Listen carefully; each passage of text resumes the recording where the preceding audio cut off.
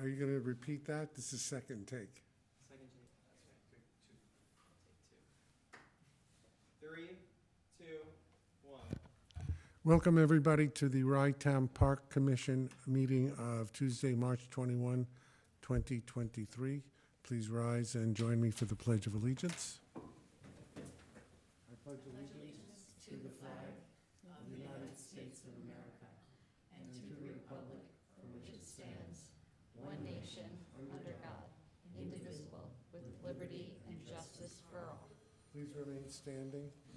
I'd like to observe a moment of silence in the passing of Bill Lawyer, who just passed away, I believe, today even. Am I correct? Bill was not only a longtime lover of the park, but he acted in capacity of assistant park director, and he contributed immensely to all the various activities that take place in the park. Does anybody else want to make a comment about Bill? He was also a really big advocate at the Rye Chamber of Commerce for the park. He showed up at every Chamber of Commerce meeting and talked about the activities and tried to get people involved and supporting. So he wasn't only active in the park about the park, he was active outside of the park about the park. And he was a warm, enthusiastic, and caring person. Yes, he was.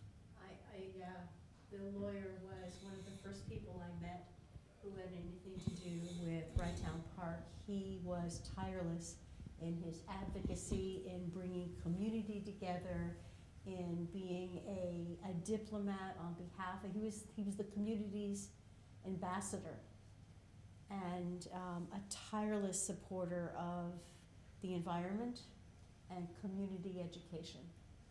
Truly, his impact is all over the way that park runs and looks.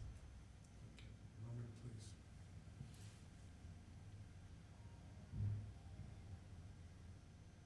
Thank you. Debbie, please call the roll. Commissioner Jackson. Here. Commissioner Cohn. Here. Acting Commissioner Grangeois-Thomas. Here. Proxy for Commissioner Marino. Acting Commissioner Julie Souza. Here. Acting as proxy for Commissioner Hurd, and Commissioner Klein is absent. President Zuckerman. Here. Adoption of minutes from February 7th, 2023. If there are no additions or corrections, may I have a motion and a second? I'll motion. Second. All in favor? Aye. Thank you. Public comment on non-agenda items?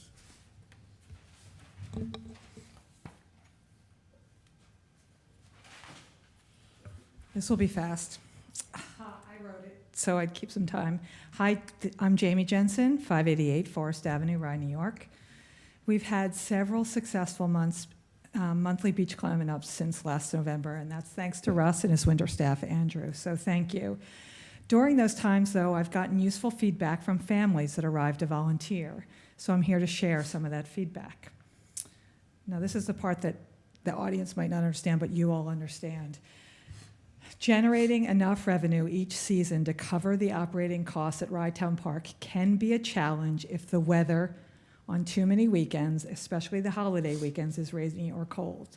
So I just want to say I'm really impressed with the in-depth analysis that's been presented and discussed by you, in turn the commission, to find that what I call the sweet spot, where we charge enough for permits and daily passes without making it cost prohibitive, and also managing the parking overflow challenges.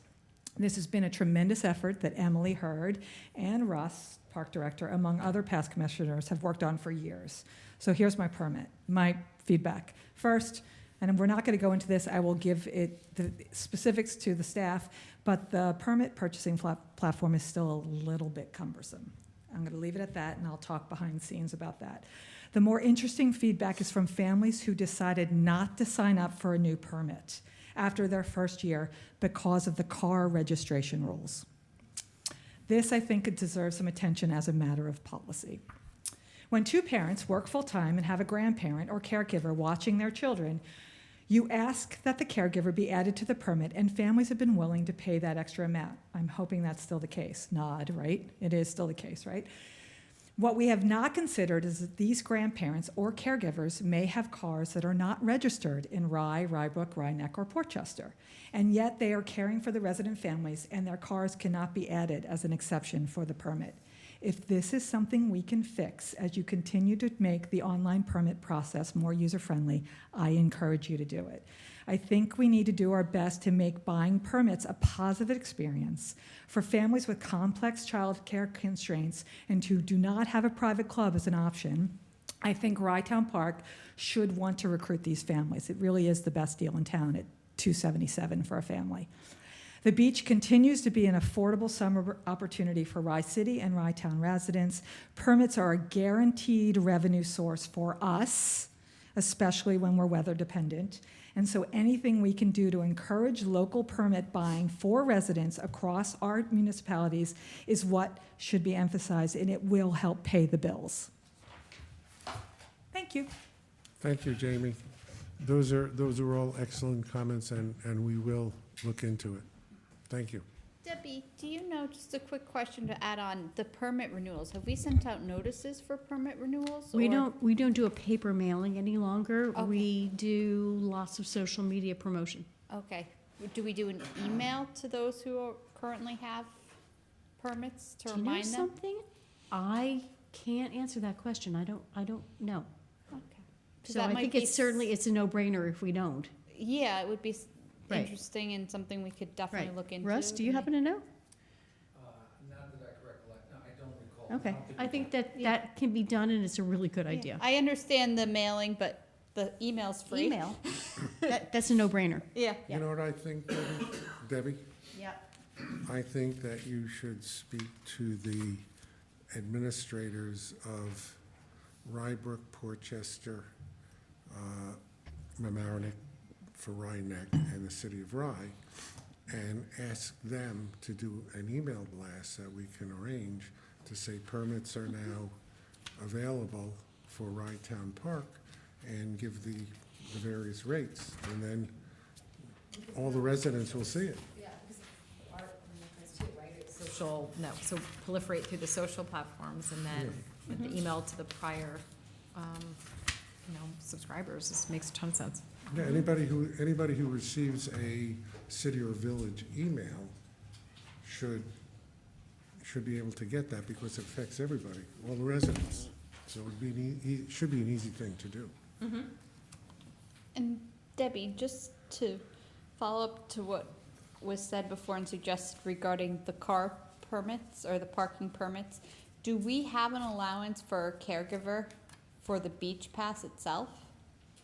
You know, I recall that we adopted that several years ago, and I got oh, good, we're getting a nod. Yes, so we just never followed up with sort of the parking aspect of it. Caregivers have their own cars. They don't drive the owner. They don't drive the parents' cars. They have their own cars. So Sometimes. grandma- Right.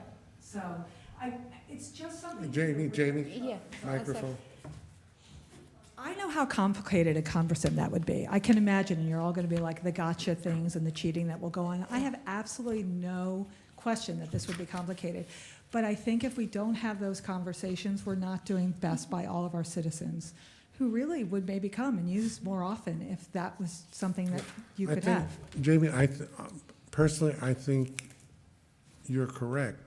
One thing we don't want to do is have 3 cars at the beach at the same time, but I think figure out a way to do the caregivers is something that we could work on.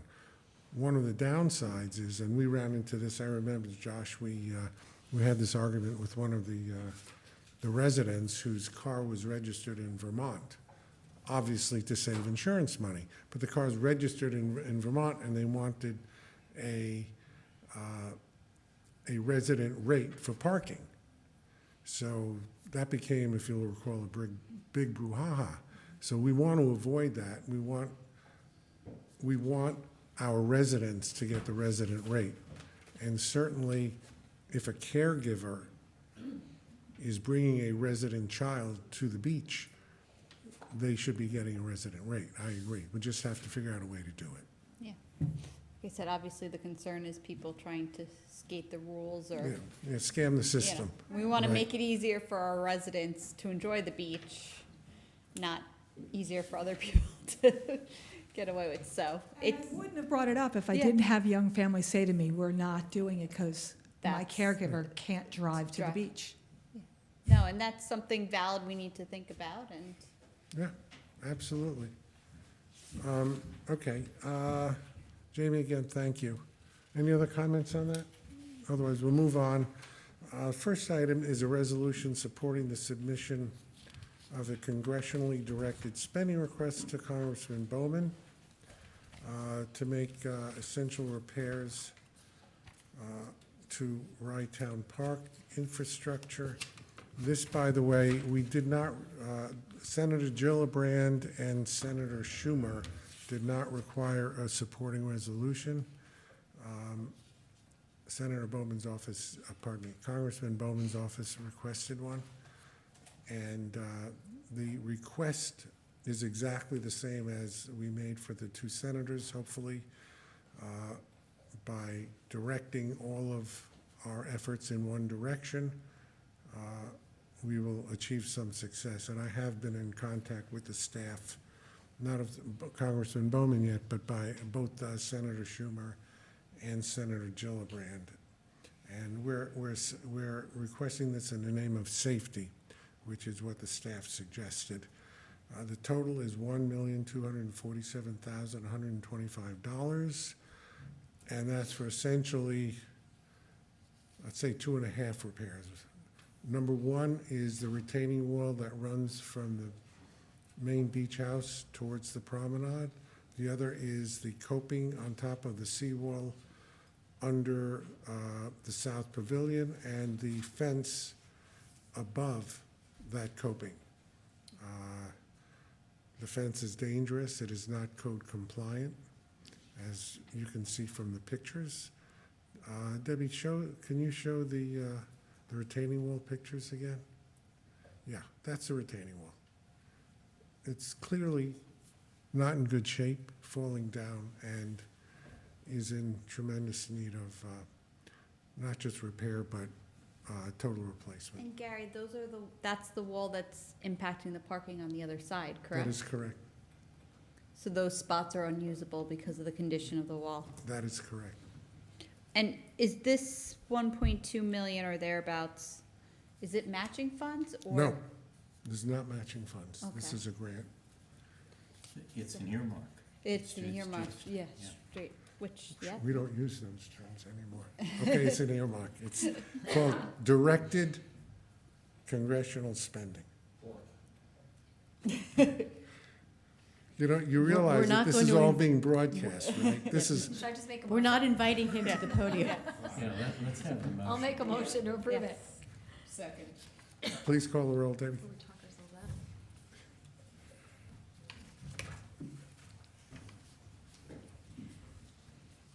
Commissioner Cohn, Yes. Commissioner Jackson, Yes. Acting Commissioner Grangewa-Thomas. Yes.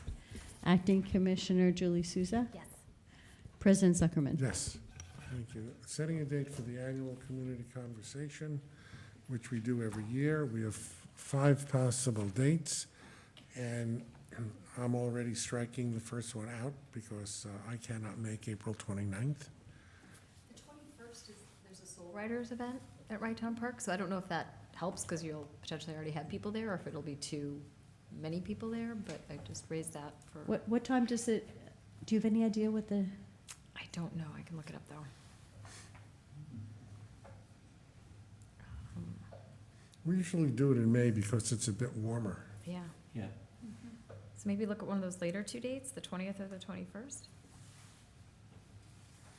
Well, usually we set it for a Saturday with the rain date of the Sunday.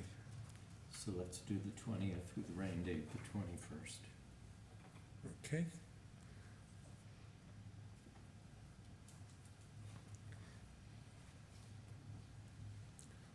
I just want to double check my calendar, make sure.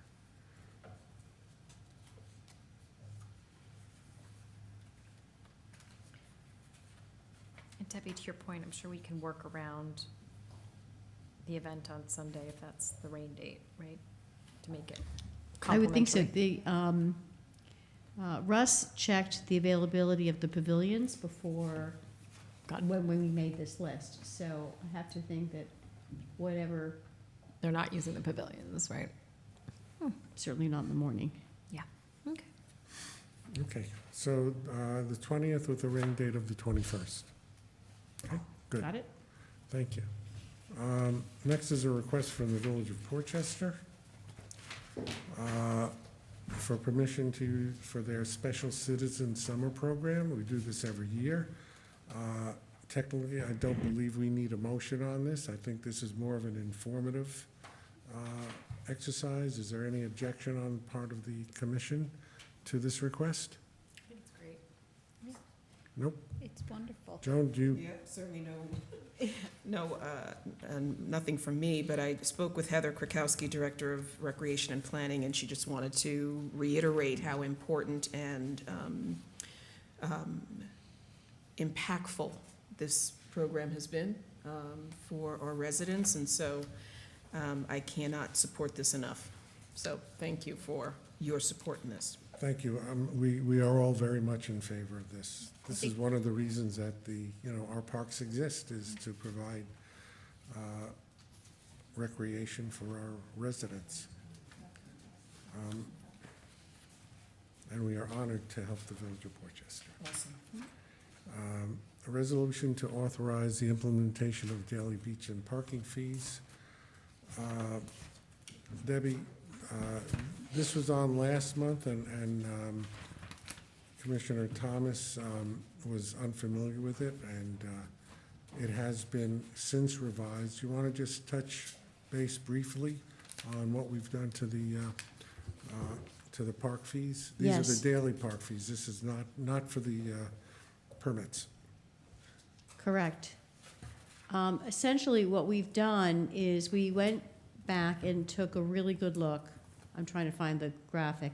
Oh, there it is.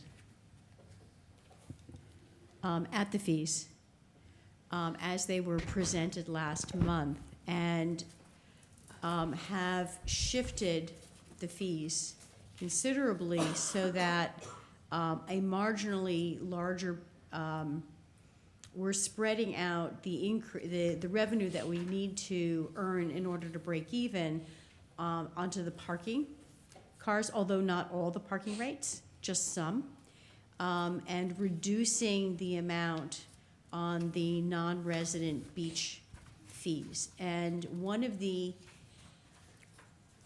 consequences of that is that residents who have to use cash, and they do so by going to the pay stations.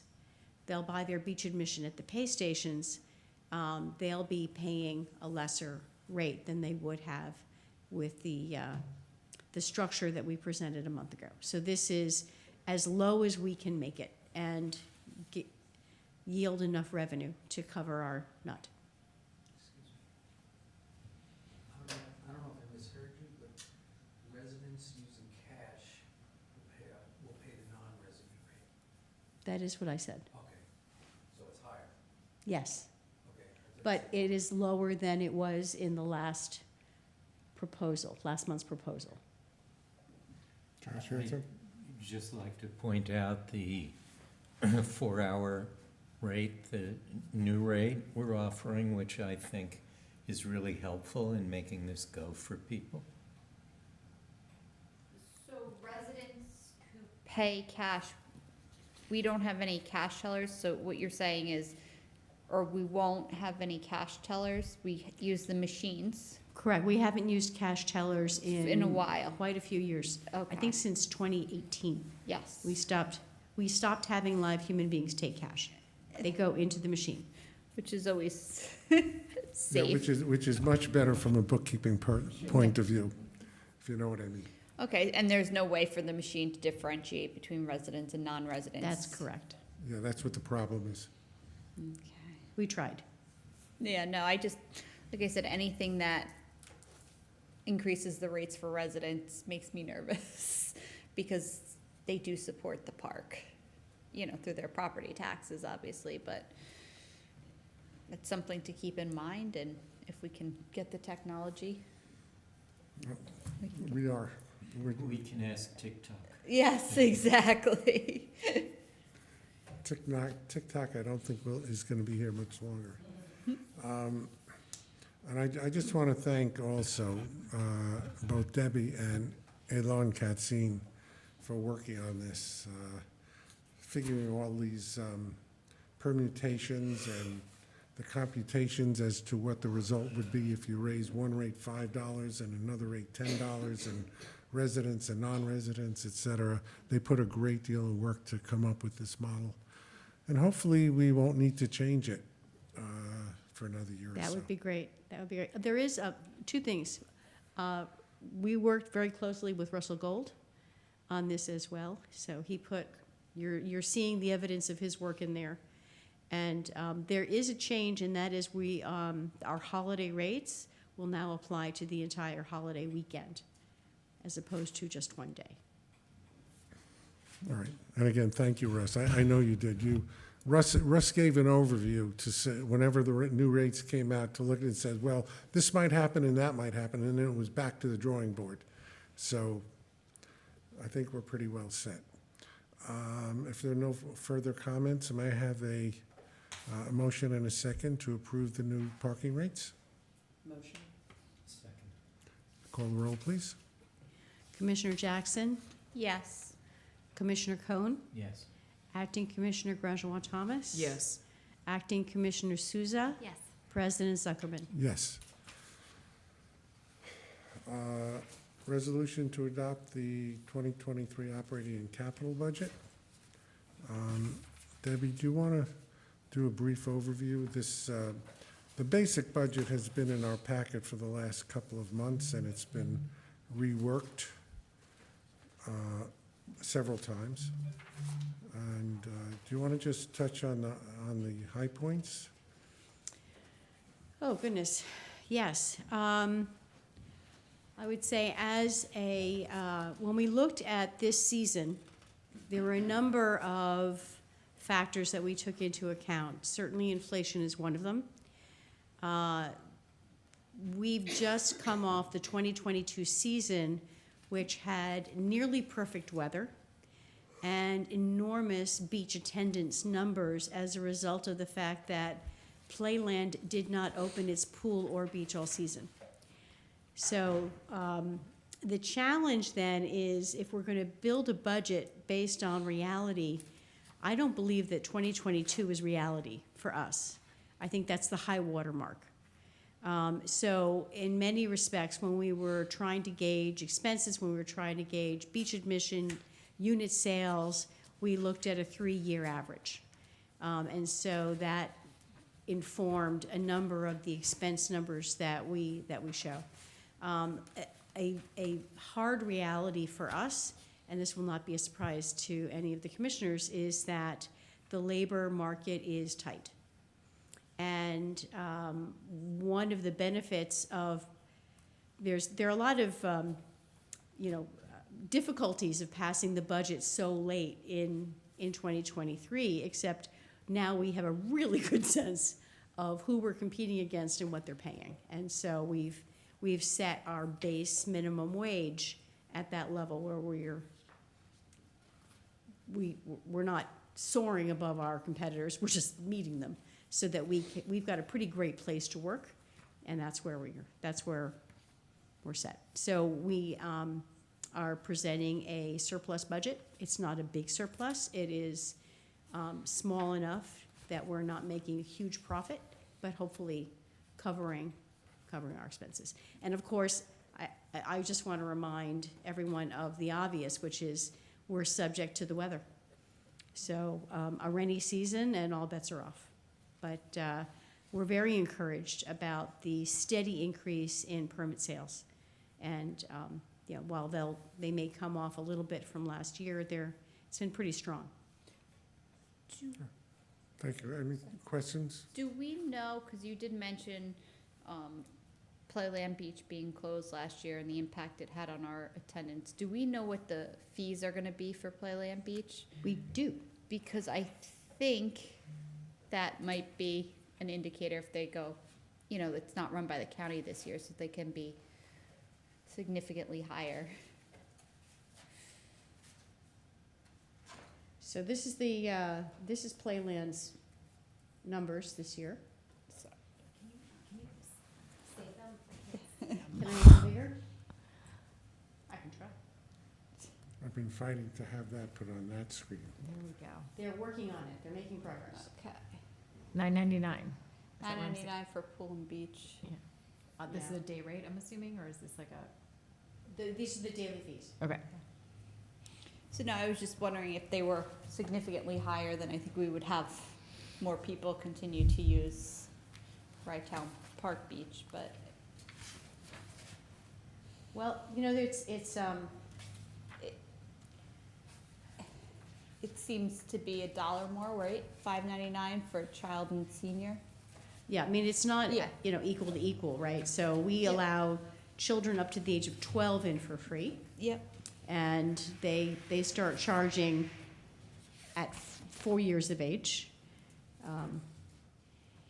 important to know that that top rate, excuse me, that top rate is if you are a Westchester County Park Pass holder. Okay. Whatever that costs, I don't know, but, so you get these reduced rates if you already have a Westchester County Park Pass. And who If are you? If you look down below and you see general public, Y- then Okay. then you see. Then you see the without- $9.99. right, anybody, yeah, it's $10, Yeah. okay? No, I just, like I said, if we were significantly cheaper, I would then predict an overflow again this year. But I think Right. we're kind of on par, so general public is $9.99, we're about 15. So, Depending upon, right. So if you're we have non-resident, holiday rates, we have weekend rates, yeah, they've just got one rate. yeah. We know their parking rates? I don't know, I heard, I was understood that they were $10 a car, but 10 and 15, 10 and 15? 15 on weekends. And it's all day. Yes, sir. Yep.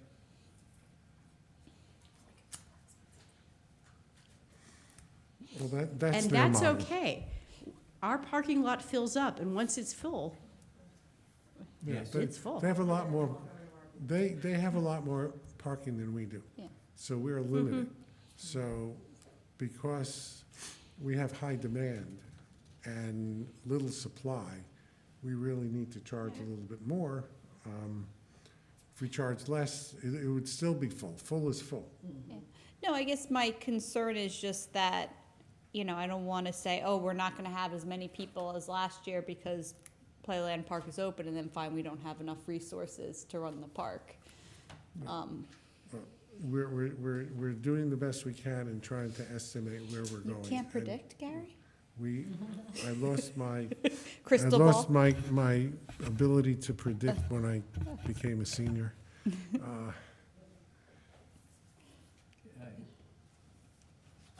Can we ask other questions? Yeah, sure, Or- sure. So in revenue, we have a 20% anticipated boost in concession income. And I read the paragraph that describes how we're relying on a trend, essentially, to justify that increase. And I wondered if we had spoken to the Barley people and Yes, had their view on how high they think they can jump. I did speak to the Barley people, specifically about what number they were comfortable with, based on what I've seen over the last several years. So that 20% came out of a conversation with Bobby Harris. Haircut a little, I hope. Yes. Okay. I think if I recall what you related to me, they thought it would be higher, and I think we're conservative with the 20%. That's right. Well, it says in here, the restaurant, if that's what we're talking about, the restaurant's projection for 2023 projects exactly what is proposed, the 198,364.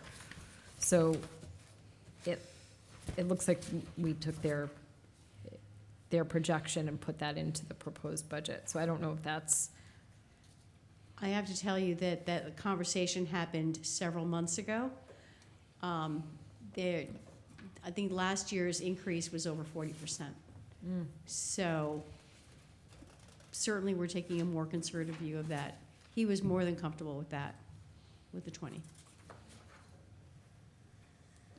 We were, of course, really close in terms of having a surplus. That is, our surplus is only $11,000 as projected. So each assumption we make is important, particularly when it's a significant bit of the budget. One of the items we have in revenues is grant income. And one, I wanted to be sure that we are sure that we're going to get that $110,921. That's a really big piece of our revenue. The half of that number is, or roughly half of that number, is the direct administrative costs from Superstorm Sandy. And we were notified a number of months ago that FEMA has closed out that project. And so it's now proceeding, and we've received the other scheduled items already, payment for those. So the next item is direct administrative costs. So I believe that it is reasonable to expect that that's coming in 2023. That, I think you described as half of the sum. Roughly, Did I yes, understand? correct. And then another big chunk of that is the direct administrative costs for Tropical Storm Ida. And we have also received checks for all of the other projects from Ida except that. And then lastly, there is sums, well, I'm going to check the spreadsheet to remind me what's in it. I believe it's COVID money that is, FEMA is, their deadline is next week for all the reporting. So I would expect that we would get the obligated funds.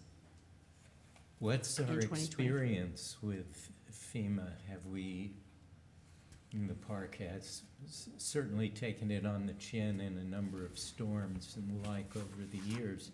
Do we always get what we put in for? Largely. We've received payments for all of the obligated projects for Tropical Storm Ida. We've received payments for all of the obligated projects for Tropical Storm Isaias as well. Superstorm Sandy was abhorrent. So I can't make promises on that. You're absolutely correct. However, they have paid all of the obligated sums thus far for that. I am left, I appreciate what you've said, but I'm left with concern about our budgeting on the basis of this. That is, we've got our slight surplus, $11,000, and we're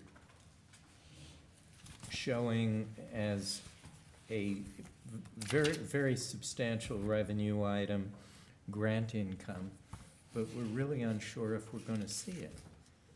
And I'm just wondering if we should be haircutting that, and if that necessitates rejiggering. The other thing about it, of course, is it is an extraordinary item. And if we look back over the history of the items, we had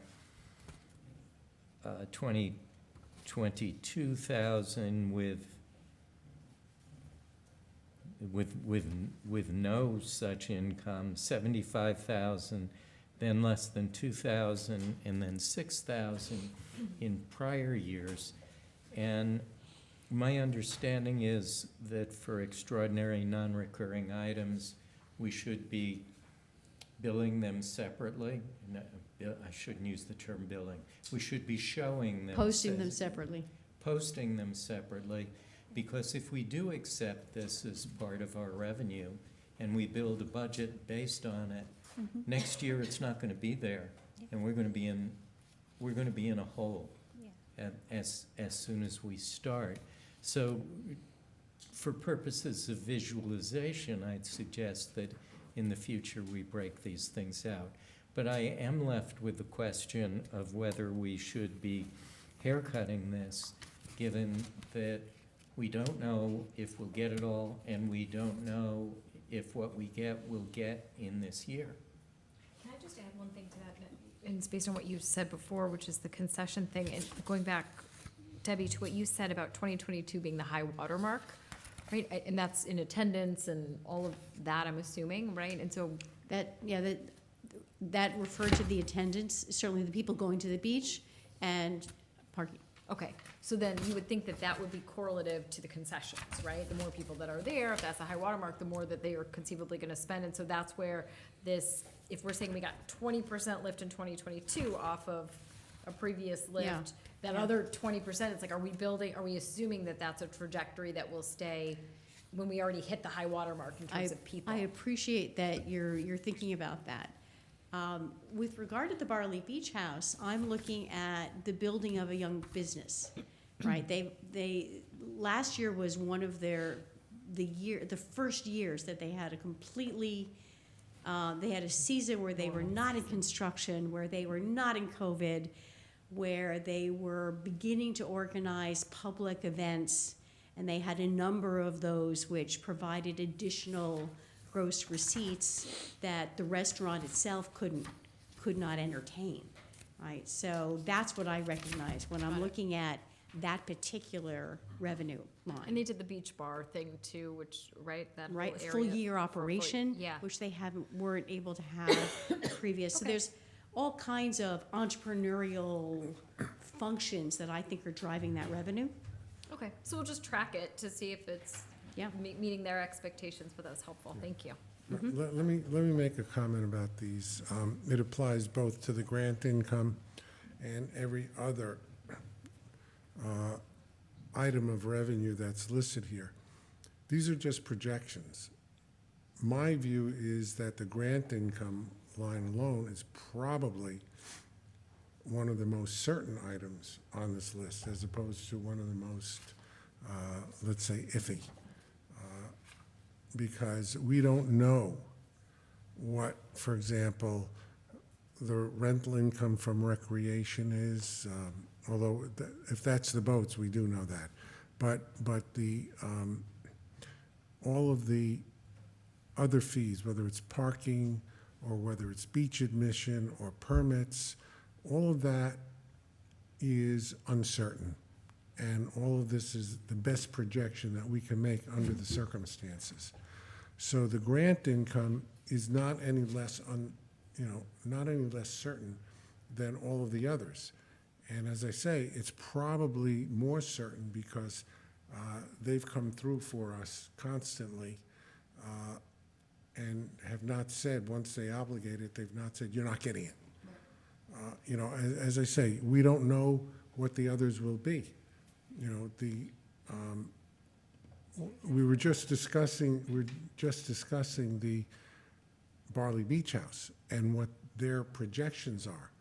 We're actually hoping that this is conservative, that the 198 becomes 215. So, and if we have really bad weather, that 198 might become 175. We don't know. And this is all, we're guessing, right? Because weather and like rollies, there's so much subjective here. I guess my question would be, if some of these things don't start tracking, right? Like where in the expenses can we start to like, oh, we can pull from here if we're tracking, because it's such a tight margin for surplus. It's hard for me to tell, looking at this, where we would pull back in a meaningful way if Well, they came under $50,000. Our employees, Yeah. I'm sorry to interrupt you. No, Were you please. finished? Okay. Our employees are hourly employees. If they show up and it's sunshiny and it starts to pour at 10 a.m., they go home. So what tracks from that regard is Okay, so that one tracks. Salaries. It's just if the grant money doesn't show up, or if the restaurant just sort of plateaus, then that's where we're dealing with like some squishiness. I have to tell you that unless it's really, that's weather dependent, right? So we don't, if the restaurant isn't doing well, we don't bring in fewer employees because we bring in just enough employees to run the park, to make sure it's safe, to make sure it's clean. Sure. So the restaurant, No, I'm just saying. not if doing they- well. But if over they there. didn't do well, and what I meant by that was more, if they don't hit 98, if they hit like 150, so we're out, $50,000 and we only budgeted for 11,000 surplus, then we're looking at like a $40,000 in the hole.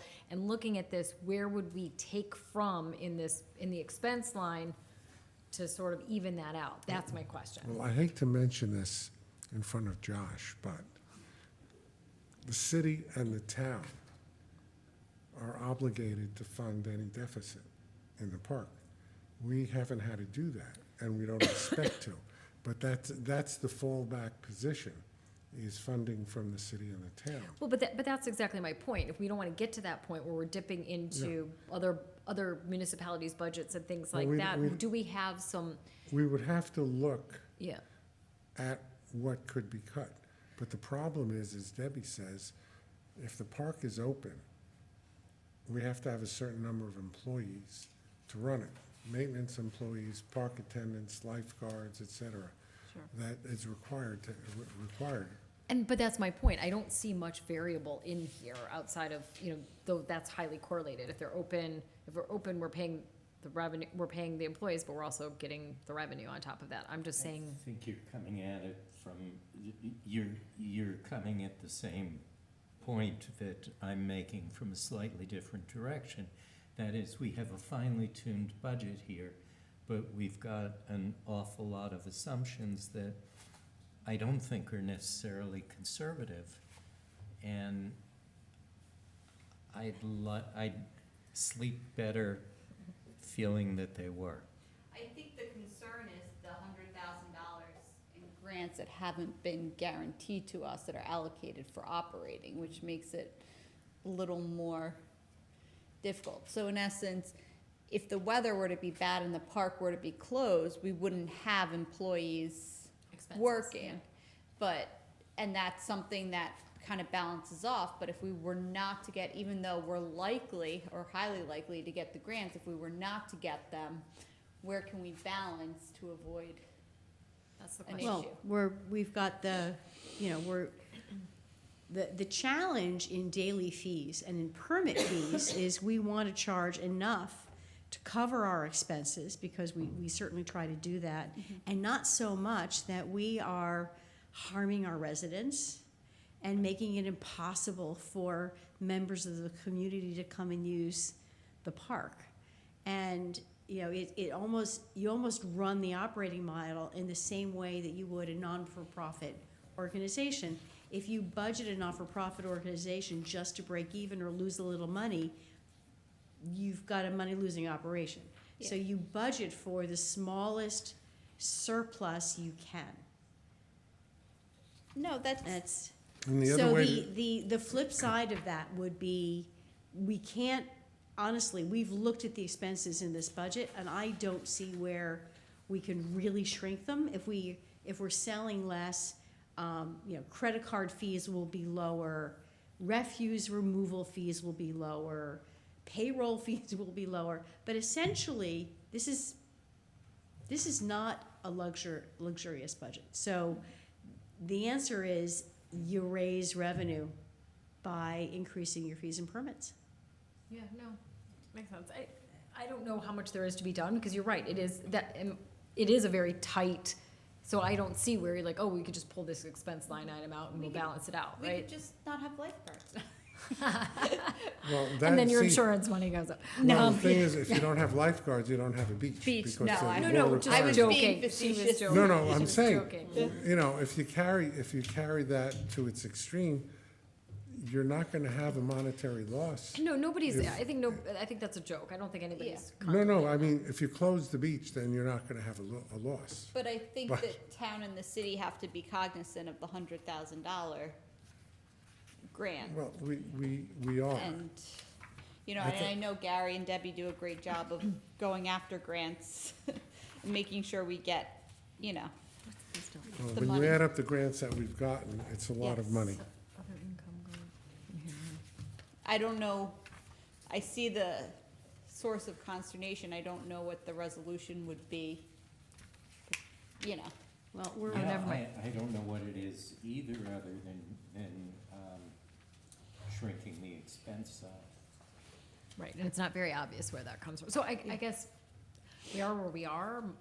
I do agree with the point that you want to pull the grant money out into a different parking lot, so it doesn't make us think that we are always gonna have that here, but just for, Yeah, but the Transparency grant money the grant money still will be there. If we get the grant money, it doesn't matter which no, column you put it right, in. right, I'm just saying, just for We're like a gonna get it. P&L in terms of like, we can rinse and repeat. Yeah. Like, I do think it needs to probably be separate, just for transparency purposes, so Well, people don't I get. think, I Do- did speak to that in the narrative. Yeah, yeah, Because of course I yeah.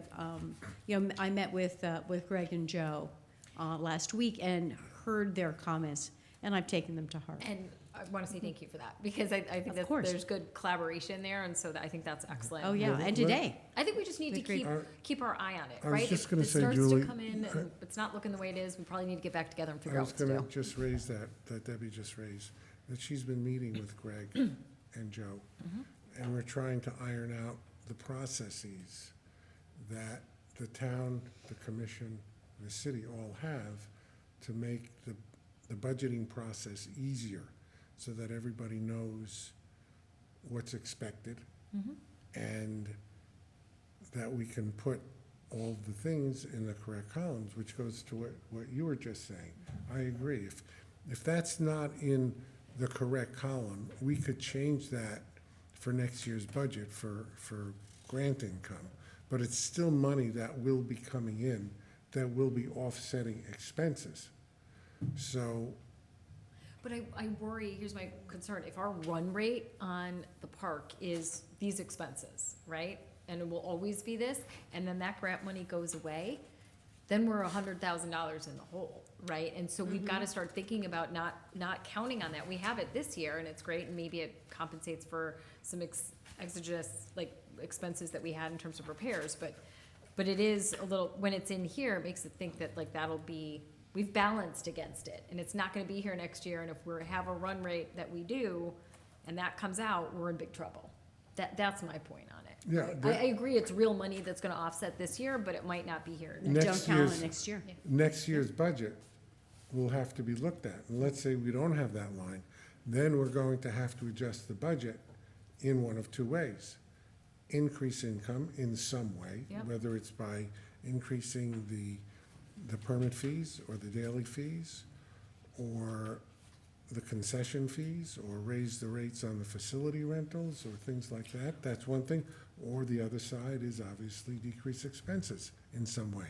One thing to think about, not for this year, but next year, if I'm correct in looking at the credit card processing fees in here, this is when people use a credit card or whatever, then we pay the 3%, whatever it is. Maybe you flip it back.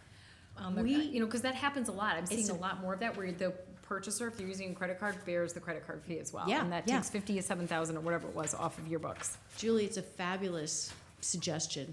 47. Last year, we actually budgeted without the credit card fees, thinking that we could do that.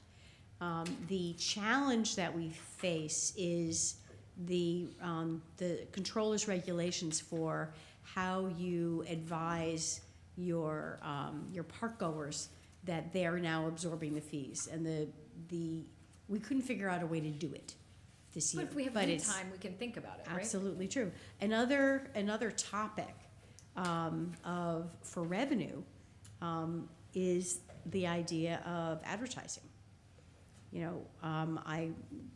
That's something that I am going to ask Jeff Binder to work with us in looking into. Is it legal for us to advertise in the park? Is it tasteful for us to advertise in the park? How can we do it? And what would that model look like? Because I think that could be, Interesting. if Like it's sponsored events and legal, things, yeah. we could find a way to work with the local chambers of commerce where we can support local businesses, and the restaurant would I've had that conversation. They would love to advertise. And we've got a whole lot of fences Yeah. We could put up signage. We have lampposts that certainly need to be replaced. We could hang banners. Cover up the wall with advertising, and we don't have to replace it. We can just shore it Forget up the with. crumbling, That's just it. a Hold them shellac. up. Let's get a blimp. All right, so Chinese balloon. I think we know we got some things we can look at for next year, Yes. and we understand that this 110 might not be here this year even, but certainly not in years past. And we've got to your point, Gary, raise the revenue line or bring down the expense line. More questions. Sorry.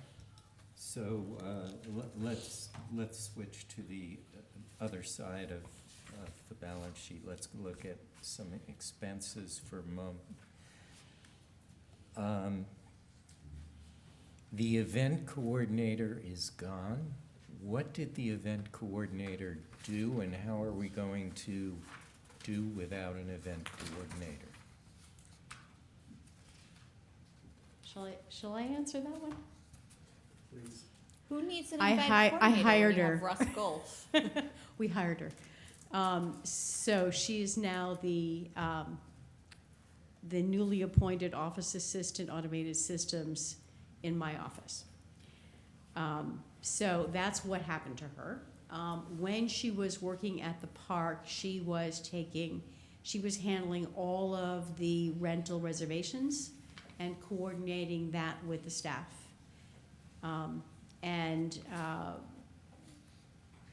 Over the winter, Jose Oliveros, who was the head park attendant, who is now the assistant park director, has been handling all of the reservations. We've been working on automating our event rental technology. So we now have what we call a self-booking and the self-booking tool, so that it is requiring, hopefully, fewer hours, few person hours, fewer telephone calls. We can have people are now reserving, making their reservations online, so that Jose is getting almost fully completed contracts. So we're automating it. Also, Jose's I understand, is going to be working with Russ to identify another young person within the park attendant staff who return year after year after year, who might move a little further up and take on some of those tasks. Thank you for that. And equipment cost is up 91%. Is that primarily the new radios? The equipment cost is up 81%. 81? I thought 91.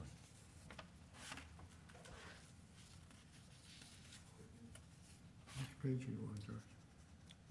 Good question. It went from 5,237 to 10,000. You know, I think that's a round number. You know, I would, Russ, do you have anything to add to that? No, I don't know what got lumped in there, honestly. I know it did, the previous, well, I was not here last month, but the previous conversation we had about capital, there were some items like radios, Yeah. et cetera, that I suggested because of the lifespan we move And they're in to there. operating. Yeah, And they so are radios are operating. in there. What I'm seeing is that in 2022, we budgeted 10,000. So this year, it's basically, we budgeted 10,000, but we didn't spend that much in 2022. We spent just slightly half. Looking here, the 2021 actuals were $2,000. 2020 was 8,000, close to 9,000. Excuse me, Lindsay? Sorry.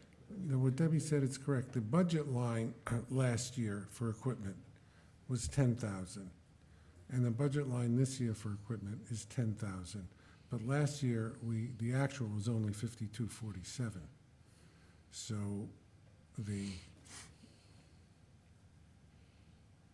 I guarantee you, we are not going on a spending spree.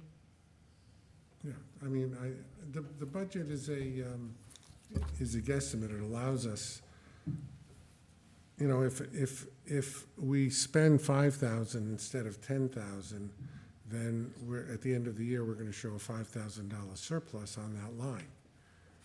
So let me get this correct. The percent change is the percent change from the 3-year No, the- average? The percent change is from the 2022 actual, unaudited actual. Okay, so not from what was budgeted in 2022. No, the budget is the same. Town administration fees are going up 47%. Can you provide some color?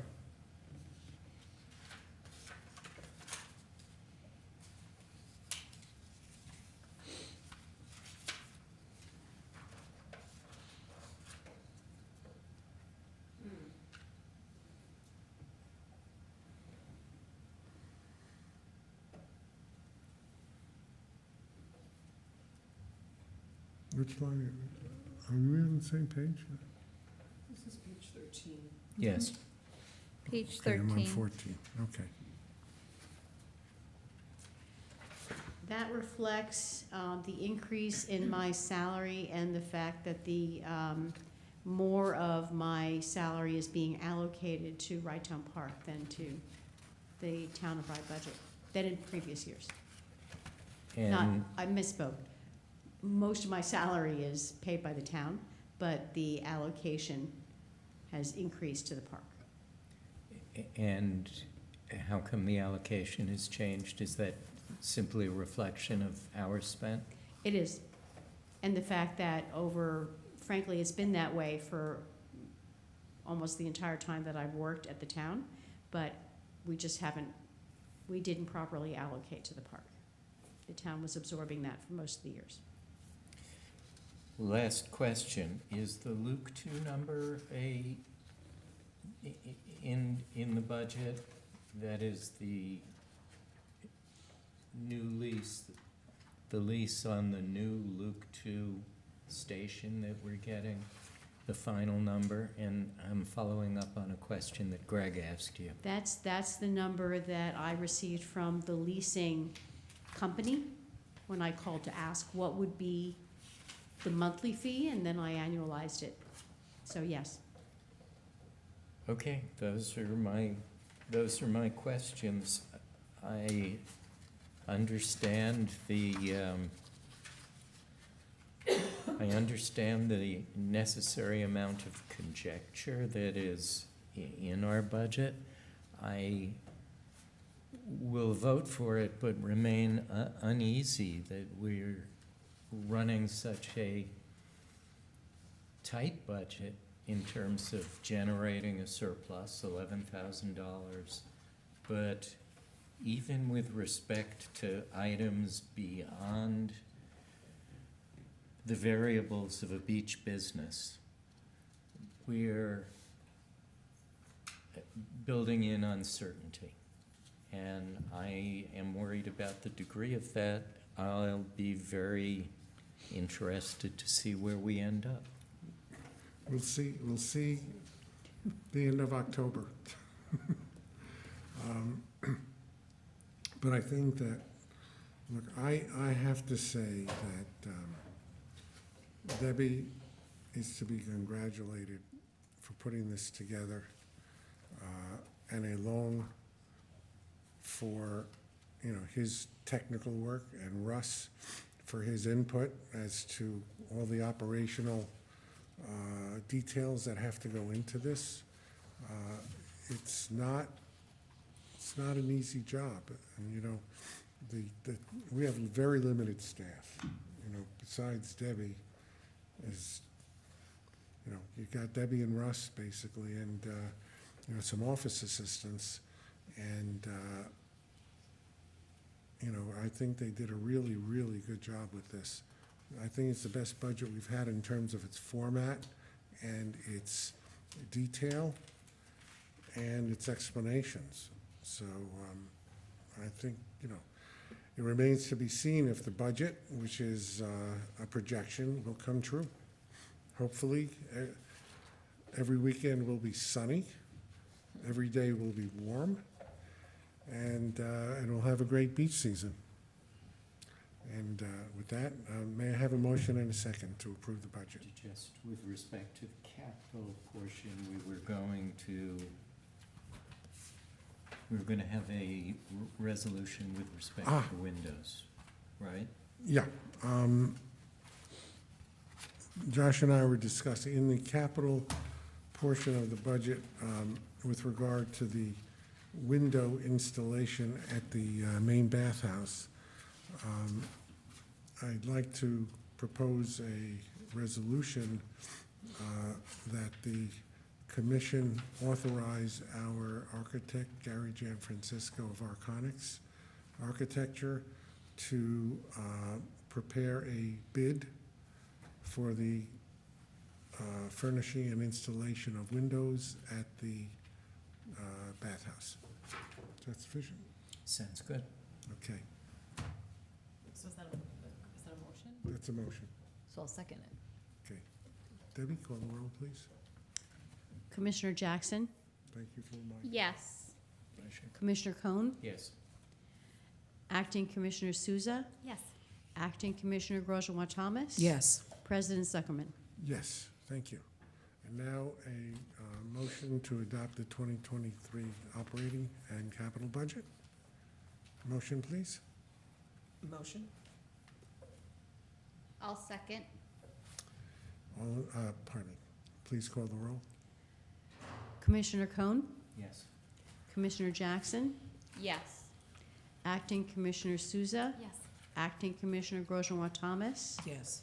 President Zuckerman. Yes. Our next item is, I don't even know where to go with this, to tell you the truth, a discussion regarding restaurant flooding. We've had some incidents with flooding at the restaurant recently. Russ, Debbie, do you want to describe what happened and what we're doing about it concurrently? Are you aware of this? No? Well, there've been a couple of, I guess, serious rain events this winter and high tide events, which are normal, but you never know, what time of the month it's going to be, and because every month has its own, high tide for that month. Anyway, we've had a couple of situations where it's a combination of overflow from the duck pond, which is part of the City of Rye's stormwater management system, and tidal surge coming from the Long Island Sound, which when these two bodies of water meet, there's really nowhere for it to go, so it comes up on the beach, and it goes into the restaurant. The restaurant's beach level storage and cooking areas. We've had many discussions with engineers, with staff, with contractors, and there's a couple of reasons why this might be happening, but we don't really know for sure, but some of them we do.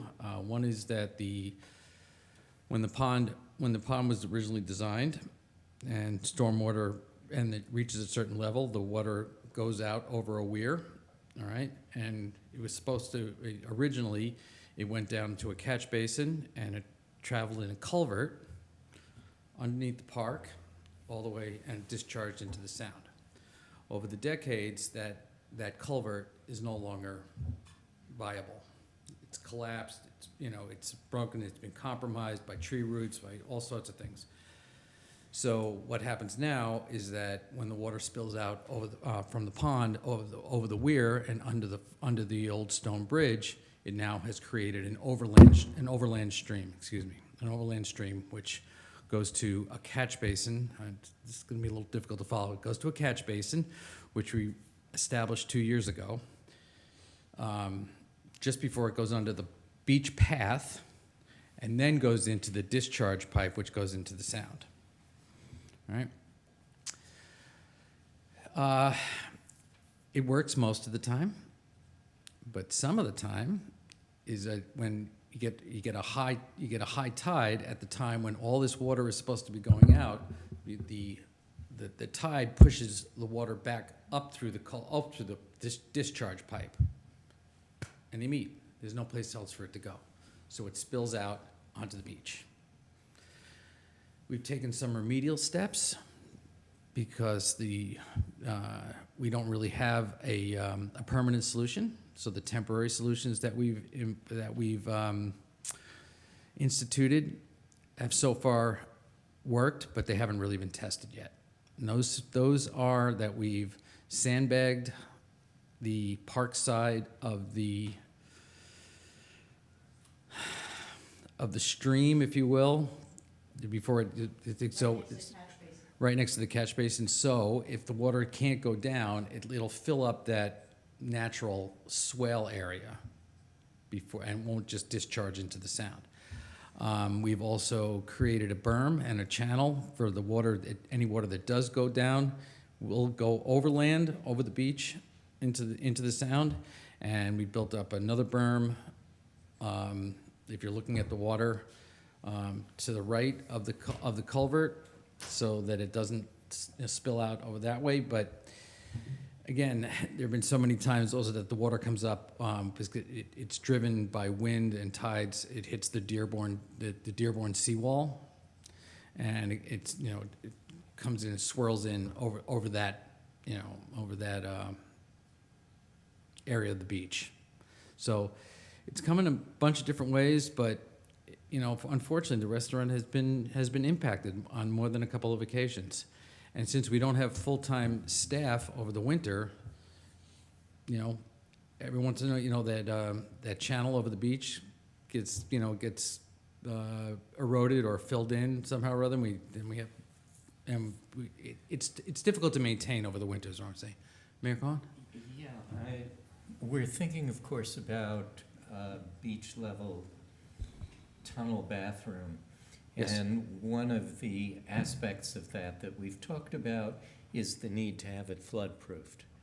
That is, it will have some sort of door that can be shut that will protect that entryway from storm surge. I'm just wondering if we need to, and I have no idea what the expense of this would be, if we need to fit the lower level Barley Beach House beach access point with that kind of protection, and whether something like that is the answer.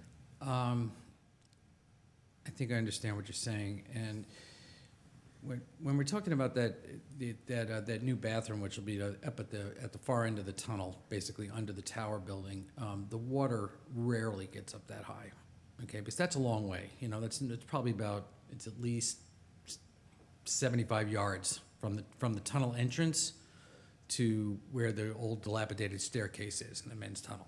All right, so the water doesn't really get up that high. But now in the Barley Beach House, you're right, they only have one door that's at beach level, and that is sandbagged. So the water's not really coming in there. It's coming in from underneath. They have a French drain system. There's when the water, Pumps. and they have pumps and this and that and stuff. But it's not just pouring under the door. I can say that from firsthand experience because I've been there when it's happened. It'll be 6 inches deep or 4 inches deep in the basement and stuff, and none of it's coming up from under the door. It's coming up. Russ, it would seem to me that the solution lies further away than the Barley Beach House itself. The solution, whatever it is, lies closer to where the pond is. Certainly, we can't do anything about the tide coming in, but whatever solution, whatever problem, occurs on the pond side is something that needs to be looked at, one way or the other. And I would suggest that it's a combination of all those factors, and just mitigating one is not going to solve the entire problem. what we're hoping to do, and we have a project that's been proposed to the Department of Homeland Security for hazard mitigation, is to do a full park study of the water, a hydrological study of where is the water coming from, how much of it, and where is it flowing, so that we can devise some understanding of how to manage what is clearly more water than the park's infrastructure was ever designed to handle. I think And that before we're we, still waiting for that. We're also talking with Westchester County because there are county funds. I'm sorry, the panel fell down. Not even near me. Sorry. Apologize for that. There are county, funny the timing of that. So there are county funds for flood mitigation that we are beginning to explore as well. You know, there's the Band-Aid response, and then there's the larger systemic, how do we really fix this problem response? yeah, I mean, before we fix it, we have to understand what the cause is. And that has to be done with a study, hopefully funded by others. Yeah, we used to think that if we just, and I say this just, you know, that we replace that pipe, you know, from the weir in the pond, you know, to connect to be reestablished and connect to the discharge pipe that goes under the sand and directly into the sound, that would resolve it.